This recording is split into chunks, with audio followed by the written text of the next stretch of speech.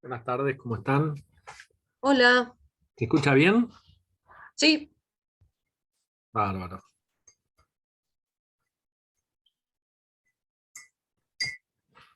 A ver quién más se está uniendo. Está Agustina, Cami, María José. Bien, bueno. En la medida de lo posible, si les es factible, conecten la cámara, así nos vemos. Siempre en la medida que sea posible, ¿no? Eh, bueno, ¿cómo les fue hoy? ¿Tuvieron la otra clase por Zoom? ¿qué otra clase? ¿No me habían dicho que estaban con otra clase por Zoom?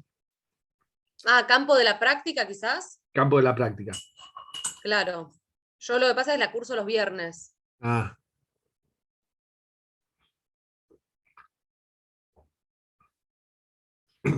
las demás.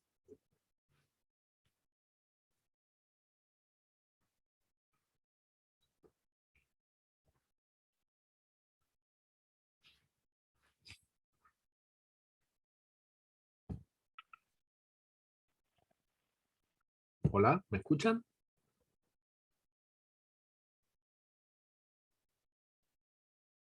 Probemos el sonido de cada una, a ver si las escucho.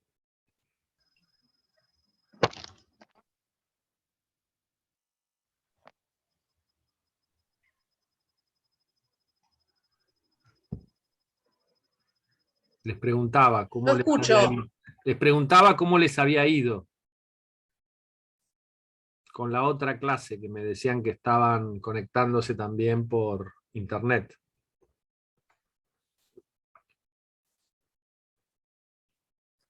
¿La tuvieron o no tuvieron hoy? ¿Sí? Hola, profe, buenas tardes. ¿Cómo andás, María José? Sí, tuvimos clases, estábamos en campo 1, el grupo de los miércoles a la tarde. Ah, muy bien.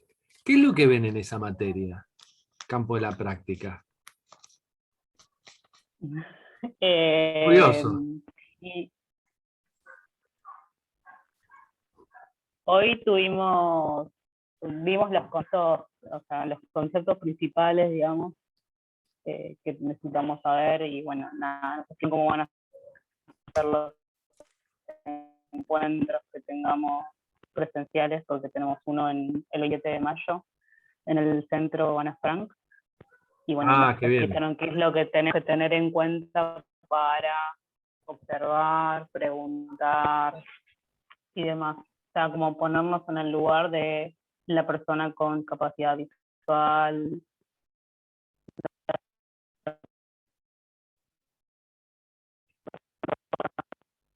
Ajá, ahí medio que se cortó sobre el final. Está adaptado como para, si no me anda bien internet. Bien, ahora sí te escuchaba. Bueno, bien, interesante. Debe ser muy movilizador, me imagino. Bueno, mientras se van uniendo el resto, yo les había anticipado que un poco la idea hoy, por supuesto que esto es dinámico, o sea, ustedes intervienen y preguntan todo lo que necesitan, ¿sí? Mi idea era hacer como una especie de mapita, ¿no? Con los conceptos que estuvimos viendo hasta ahora en los textos, en los videos, ¿no? Como para un poco lo que ustedes me pedían, ¿no? Hacer como una entrada, ¿no? A los textos para poder realizar la actividad. La actividad es abierta, es decir, a mí lo que me interesa es que ustedes lean los materiales y los procesen, ¿sí? Leer, ver, y los procesen e incorporen algunos conceptos y sobre todo piensen algunas cosas. No necesariamente tienen que seguir todo al pie de la letra toda la consigna. Yo a veces les digo, bueno, hacer un cuadrito, un sinóptico, o comparar. Si les sirve así, bárbaro. Si les sirve de otra manera y lo quieren redactar de otra manera, también. ¿Sí? Lo importante es que ustedes de alguna manera participen y den cuenta que hicieron esa lectura, ¿no? También puede ser esto, una pregunta, puede ser una duda con respecto a determinado concepto o algún ejemplo que ustedes encuentren. Bueno, la idea es que entonces, como vamos a tener dos feriados, ¿sí? El 18 y el 25, que ustedes tengan tiempo para revisar todos los materiales, repasarlos. Les voy a dejar unos materiales más que tienen que ver con lo último, que es esto de la era electrónica, ¿no? Los sesgos estos de la era de la electricidad, ¿no? Y entonces que vayan recuperando y haciendo las producciones en los distintos foros, ¿sí? Como para cuando nos veamos ya estemos todos un poquito en la misma página, ¿sí? Para decirlo de un modo antiguo. En la misma página web. Bien. Entonces, ustedes me van interrumpiendo, por supuesto, es todo lo que quieran. El primer material, el de globalización, ¿sí? que vimos el video, ¿sí? Sobre no logo, y el otro material de Renato Ortiz, que es un investigador brasileño, ¿sí?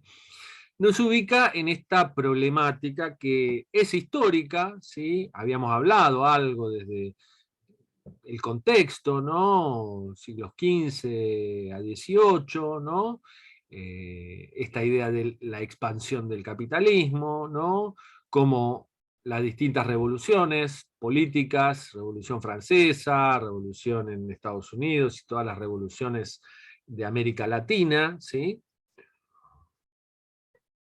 Fueron trayendo nuevas configuraciones al mapa del mundo, junto con la revolución industrial, ¿no? Esta gran era, la modernidad, que es como nuestra era contemporánea, ¿no? En la que los valores cambiaron, los valores y las formas de gobernarse sobre todo de los países occidentales, ¿no?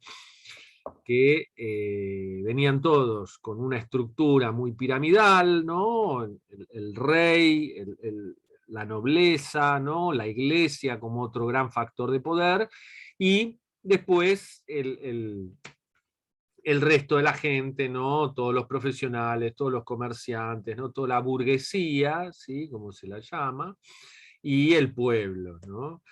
Y los trabajadores, que hasta ese momento eran más de oficios o de campesinos, ¿no? Con la aparición de la revolución industrial hay un gran cambio, aparece el movimiento obrero, porque aparece esa figura, ¿no? del obrero, que es un asalariado, que está en las ciudades, ¿no? Y que en un momento determinado, bueno, se dan cuenta que tienen cierto poder, ¿no? Que es juntarse y hacer huelgas y hacer manifestaciones. Y todo el siglo XIX fueron las luchas de ese gran actor del movimiento obrero por conseguir cosas, ¿no? Mejorar su estatus de vida, mejorar sus condiciones materiales, sus condiciones simbólicas, ¿no? En paralelo hay que esto lo deben estar estudiando en otras materias, ¿no? En paralelo hay una gran expansión de la educación, ¿sí? De la alfabetización, hay una masificación de la escuela, ¿sí? Una transformación, ¿sí? de las formas de enseñanza, justamente para ese actor, ¿no? Que era iletrado, analfabeto, que no podía leer un cartel de instrucciones de una máquina o de lo que fuera, ¿sí?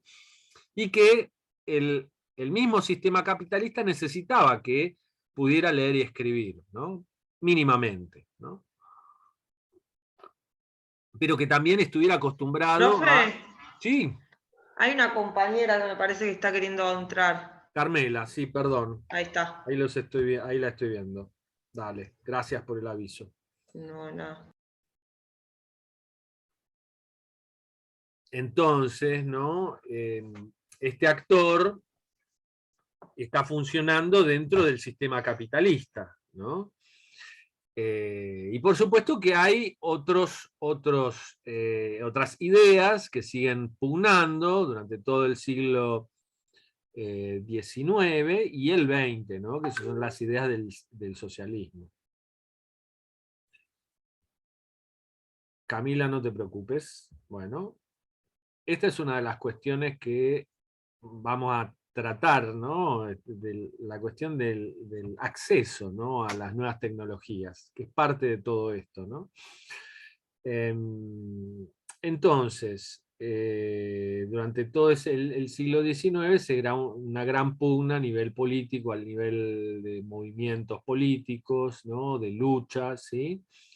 Y esto se cristaliza en el comienzo del siglo XX con las grandes revoluciones políticas en Europa y en Rusia. La revolución rusa es la que, digamos, lleva a la primera experiencia socialista, ¿no? Comunista, en su forma de gobierno, o una de las primeras, digamos, más consolidada, porque hubo algunos como intentos previos, pero que no duraron mucho, ¿no?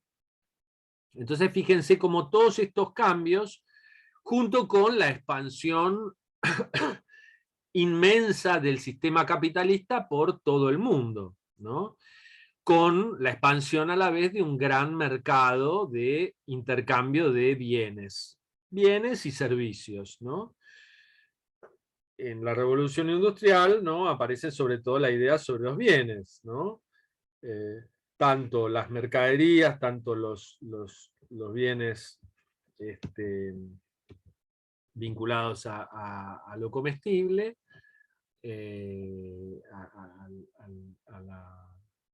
a la vida cotidiana, como todo lo que es bueno, producción de bienes en serie, ¿no? Y durante el siglo XX se va extendiendo esta idea a los servicios, ¿no? Entonces eso es un gran mercado. Toda esta historia se va a consolidar en la idea de globalización, pero es un proceso que lleva muchos siglos, no es algo que viene de la nada, ¿no?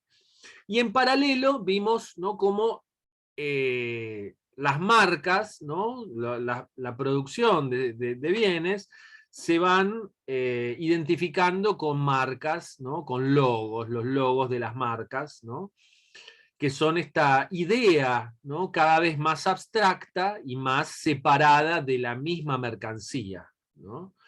Entonces esto es un problema, o por lo menos es una característica, ¿sí?, que eso es un poquito lo que subraya, ¿no?, el video, ¿no?, a partir de todas estas notas periodísticas y estas investigaciones que hizo Naomi Klein, ¿no?, siguiendo a todos los movimientos anti-globalización, ¿no?, que se fueron dando sobre todo en los 90 y que se manifestaban en determinadas reuniones, ¿no?, de países, ¿no?, que discutían los temas de la globalización y que intercambiaban, y que por afuera había un movimiento juvenil, de protesta, de escrache, ¿no?, muy fuerte, anti-globalización, ¿no?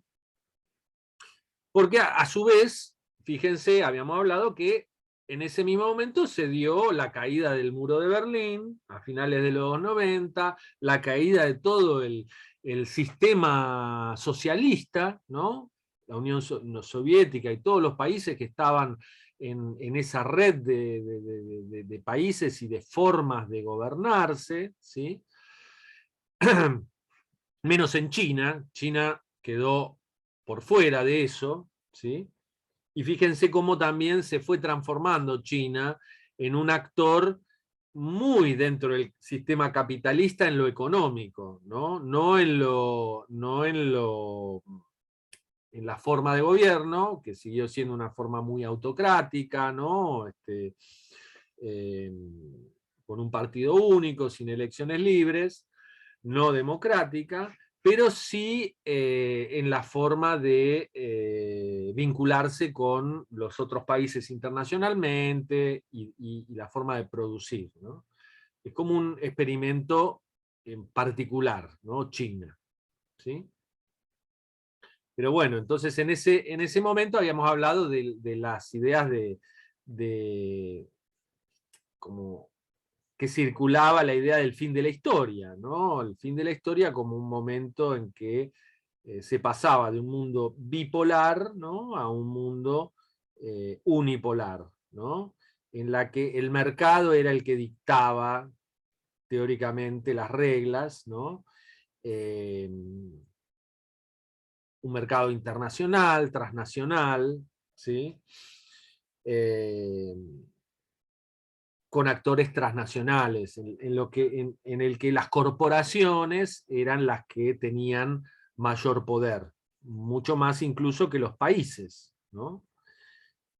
Y los estados de los distintos países, ¿no? Entonces contra eso fue lo que se manifestó todos estos distintos grupos, juveniles sobre todo, en contra de esta idea de la globalización, ¿no? Y en contra de esta forma en la que se había dado la globalización, ¿no? Vinculado al sistema capitalista, ¿no? Bien, entonces todas estas ideas son las que, digamos, va a trabajar Renato Ortiz en su texto, ¿no? Siguiendo un poquito desde lo histórico a el presente, ¿no? Y las ideas de cómo se pueden, digamos, pensar, ¿no? La cultura, ¿no? Esa mundialización de la cultura, ¿no? Las realidades de los distintos países, ¿no? Atravesadas por esta realidad transnacional, ¿no?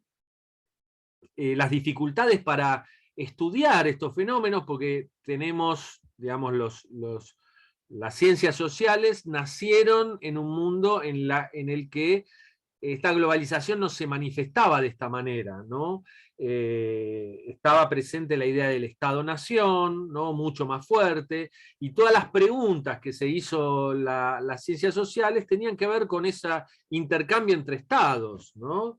Y hacia adentro, cómo se gobernaban esos estados, cómo se organizaban, ¿no? Entonces, bueno, este es uno de los problemas que tiene o que tenían las ciencias sociales como desafío para poder ir pensando nuevos conceptos, ¿no? Nuevas categorías de análisis, ¿no?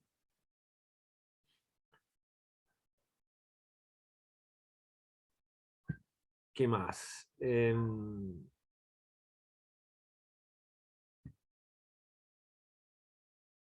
Bueno, y todas estas cuestiones se manifiestan muy fuertemente, ¿no? Toda esta dinámica, ¿no? En el intercambio de información y en la circulación de la comunicación, ¿no? Este, cómo este fenómeno de globalización a nivel económico tiene este correlato o este crecimiento en el intercambio cultural, ¿no? En el intercambio de ideas, de conceptos, ¿no?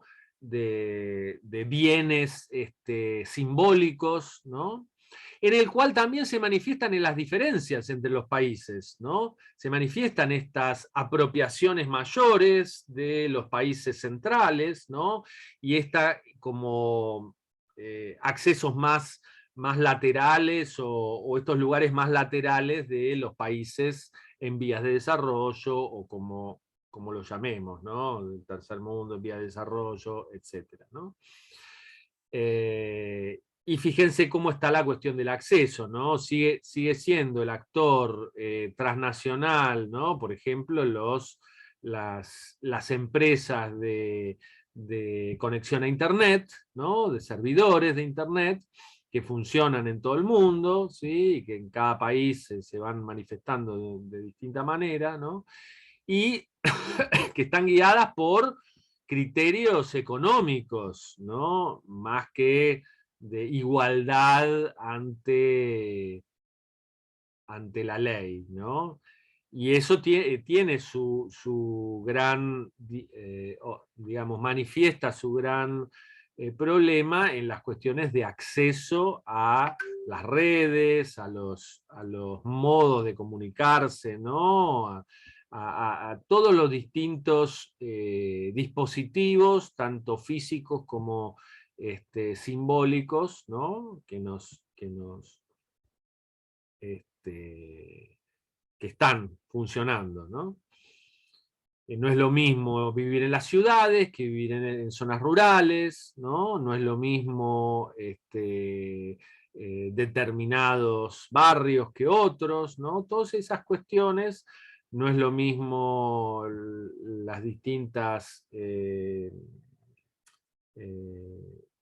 cuestiones de los dispositivos, ¿no? A los que podemos acceder para entrar en esta forma de circulación, aunque hay, ¿sí?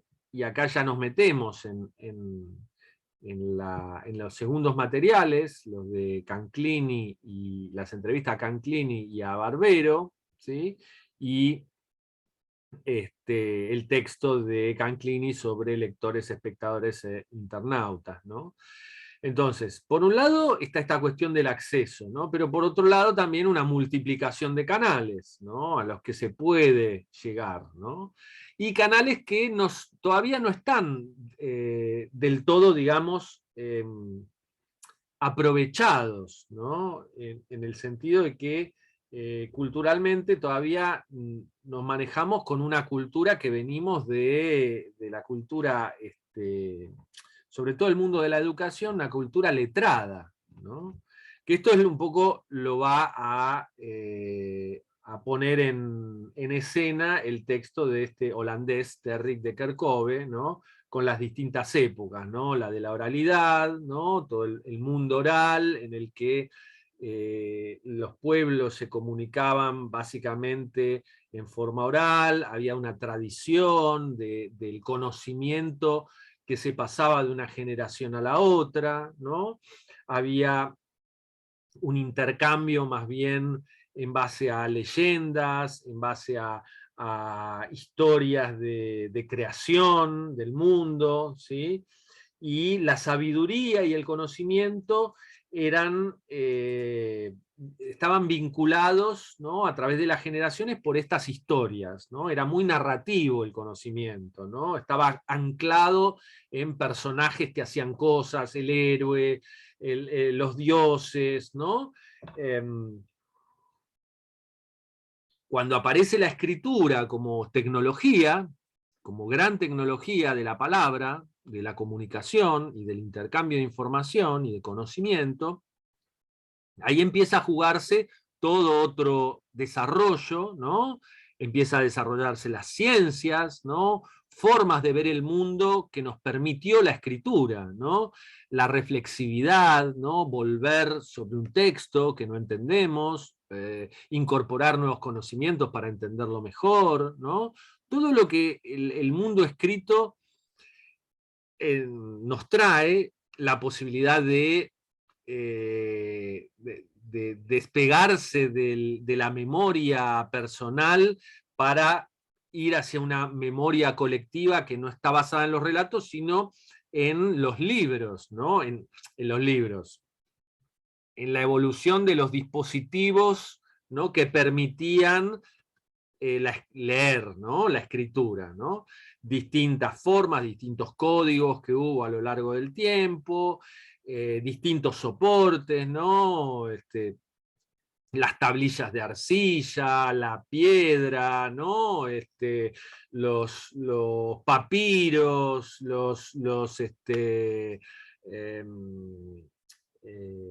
ay, no me sale ahora la palabra, ¿no? Esto que eran cuero de animales, ¿no?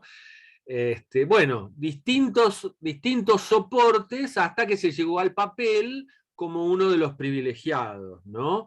Por su capacidad para reproducir, por su facilidad, digamos, para escribir arriba, ¿no? Bueno, eso fue construyéndose a lo largo también de siglos como el objeto libro, ¿no? Que nosotros es el que del que venimos, ¿no? De los libros, ¿no? De la cultura letrada en el libro, ¿no? Como gran transporte de comunicación, saberes, conocimientos, ¿no? Y esto fue así durante muchísimos años, muchísimos siglos, ¿no? En el que la cultura de la humanidad, bueno, se fue acumulando, fue haciendo todo un trabajo de construcción en el pensamiento, ¿no? Una evolución muy fuerte del pensamiento, ¿no? Hasta que empezaron a aparecer estos otros modos vinculados a la electricidad, ¿no? Otros dispositivos que nos volvieron a traer la tradición oral, ¿no? El fonógrafo, ¿no? Todas las grabaciones, ¿no? Trajeron la música, trajeron la palabra oral, ¿no? Todos los distintos dispositivos del siglo XX al siglo XXI que permiten desarrollar la oralidad, ¿no? El sonido, y a la vez la fotografía, ¿no? Y todas las imágenes, ¿no? De la fotografía al cine, al video, ¿no? A la televisión, al video, etcétera, etcétera, ¿no? Hasta que todo coincide o confluye en esta nueva plataforma y esta nueva manera, ¿no? De vincularnos con el conocimiento, que es Internet, ¿no?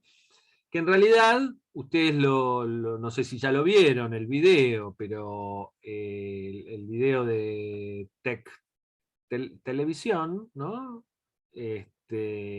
Muestra un poco la evolución de Internet, cómo se llegó, lo que es los contenidos, la World Wide Web, ¿no?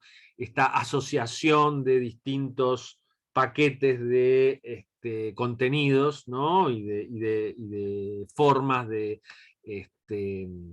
construir esos contenidos distintas que permiten imágenes, que permiten palabras escritas, que permiten videos, que permiten sonidos, ¿no?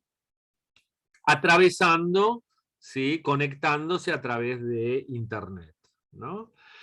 Y cómo esta red de computadoras, de servidores y de computadoras que acceden a los servidores, hacen esta gran red desarrollada a lo largo del planeta, en este momento, que nos ha permitido conectarnos, bueno, al instante, ¿no? Y todas las transformaciones que ha traído eso, ¿no? Culturalmente, ¿no? Fíjense, pasando del mundo del libro a un mundo que es totalmente dinámico, en el que la velocidad, ese es uno de los conceptos principales, ¿no? La velocidad y el acceso a la información y a las variadísimas formas de información que nos permite, ¿no? esta gran plataforma, ¿no? Y como que todos los demás medios, los medios masivos que durante el siglo XX fueron los diarios, la radio y la televisión, han ido, y la fotografía, ¿no? Han ido, y el cine, han ido confluyendo en esta gran red que es Internet, y otras plataformas que todo el tiempo se están inventando y se están desarrollando, ¿no? Ahora tenemos el cine en casa con Netflix, ¿no? Entonces Netflix y todas las plataformas por el estilo, ¿no? Que te permiten vivir experiencias que antes estaban vinculadas a un dispositivo muy especial, cultural, la sala del cine, ir al cine, ¿no? Pagar la entrada, estar con otras personas en silencio, en un lugar muy grande, a oscuras, te lo permite, ¿no? Que todo eso llegue a tu casa y esté con vos en la cocina, en el living, ¿no? Con tu familia, que puedas parar, que puedas, ¿sí? Todos los cambios culturales que ha traído eso, ¿no? En relación con las imágenes, en relación con el conocimiento científico, en relación con la información, ¿sí? En relación con porque fíjense, ¿no? Por un lado tenés acceso a miles de millones de fuentes, pero a la vez siempre hay unas que están privilegiadas, ¿no? Y siempre son las que te aparecen primero en los buscadores, ¿no? Y también te aparecen fuentes que son falsas y que traen información falsa o que no es verdadera o que es poco chequeada, ¿no? Entonces tenés un montón de posibilidades, pero a la vez dificultades, ¿no? Para llegar a decir, bueno, de toda esta gran cantidad de información, ¿qué es lo que me queda a mí? De lo que me interesa. ¿Puedo llegar a, ¿no? a un lugar que me interesa? ¿Puedo procesar esa información? Esa es una de las grandes dificultades, ¿no? que tenemos, el procesamiento de la información. El conocer cuáles son los lugares que son más autorizados para poder acceder al conocimiento que yo quiero, a la información que me interesa, a comunicarme con determinados lugares y personas, ¿no? Y todo el mundo que se abre con las redes sociales, ¿no? El texto de Kerkhove está como un poquito antes, es del 2000 creo que 7, entonces todavía no habían explotado las redes sociales, estaba el Fotolog y algunas otras cosas, pero todavía no había llegado la expansión de Facebook, ¿no? Estaba más bien, fíjense que al final habla de la blogósfera, ¿no? Habla de los blogs como lo último, ¿no? Entonces, esa es una gran posibilidad de acceso a conocimiento, ¿no? Estas estructuras, ¿no? Plantillas que ya son como bitácoras, ¿no? El blog es una bitácora, en la que hay mucho conocimiento específico. Si vos estás buscando colecciones de insectos y de mariposas, seguro que tenés algún blog especializado en tal tema, ¿no? Si vos estás buscando cocina oriental, bueno, seguro que hay un blog que te va a hablar de cocina oriental y te va a informar sobre eso, ¿no?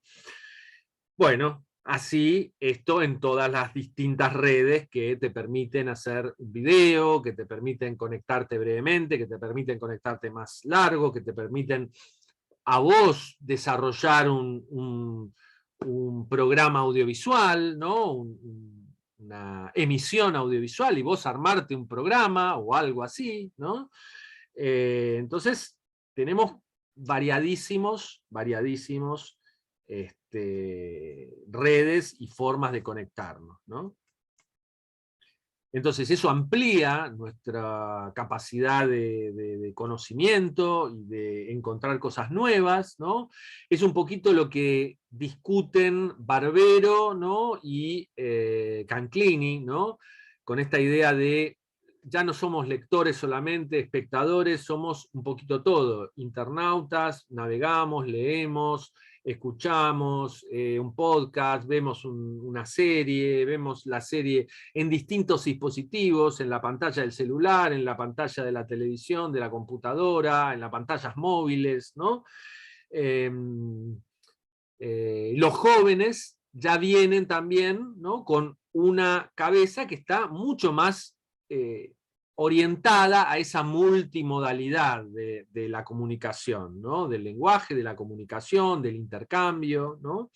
Y eso evidentemente trae distintas formas de conexión, de contacto, de intercambio, ¿no?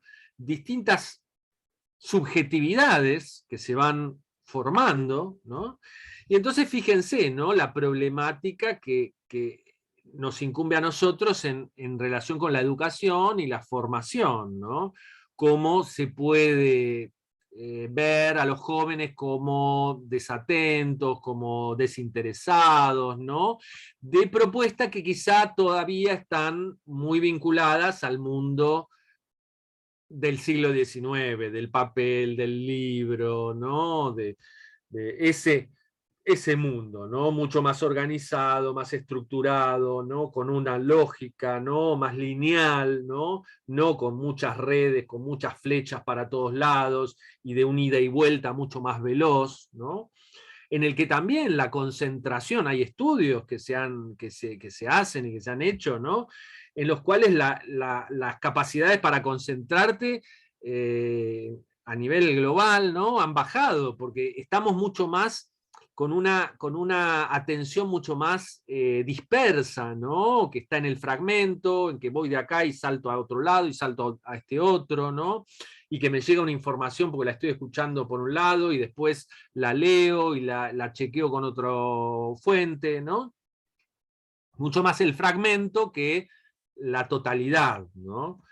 Que eso también es el hipertexto, ¿no? Es como un texto que se va armando de distintos fragmentos de mi recorrido de lectura, ¿no? Y entonces hay gente que lo elogia o que dice, bueno, esto hay que atenderlo, ¿no? Hay que atenderlo, hay que procesarlo de alguna manera, ¿no?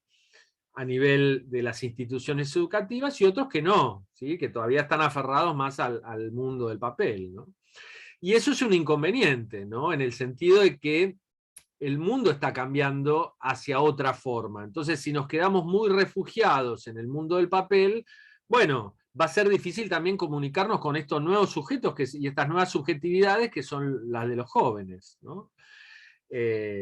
Y ¿no? Esta idea que trae Barbero, ¿no? Del desanclaje, ¿no? Que esto es paralelo a la idea de la globalización, ¿no? Esta idea de que estamos, ¿no? Como en barquitos, ¿no? En los que todavía no hay algo que se haya armado como sistema, ¿no? Como que hay una destrucción de lo anterior y una creación de algo nuevo, pero que todavía no está del todo armado, ¿no? Que está en cambio, ¿sí? Y todas las instituciones que eran el sostén de estos grandes relatos, ¿no? El gran relato de la política, el gran relato de la revolución, la familia, el trabajo, el mundo del trabajo, todo eso así ha estallado, ¿no? Entonces está como desanclado, ¿no? Ya no tenemos un lugar donde agarrarnos en el trabajo, ¿no? No es que salimos de la secundaria como nuestros abuelos y entramos en una empresa, en una fábrica y laburamos toda la vida ahí, nos jubilamos, tenemos nuestra jubilación, nos vamos de vacaciones.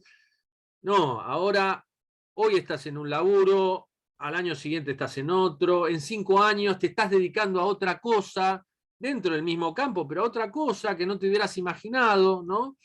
Porque la dinámica de los trabajos, la dinámica de todos los cambios culturales nos lleva a eso, a que tengamos que estar formados para muchas cosas, para operaciones distintas, para distintos tipos de trabajo. Lo mismo en el mundo de la familia, ¿no? Ya no es la familia monoparental, ¿no? Un matrimonio que dura 50 años, los abuelos que viven con los hijos, que viven con los nietos, una gran familia, ¿no? Son todas estructuras mucho más chicas que se van combinando porque hay separaciones, entonces familias ensambladas, ¿no? Distinto tipo de, ¿no? Hermanos distintos, ¿no? Y todo el mundo de todas las cuestiones vinculadas, ¿no? En los últimos años a las cuestiones de identidad, ¿no? Que eso también lo vamos a ver en algún momento más adelante, ¿no? Cuestiones de identidad, transgénero, ¿no? Que están, digamos, evolucionando y manifestándose de distintas maneras, ¿no?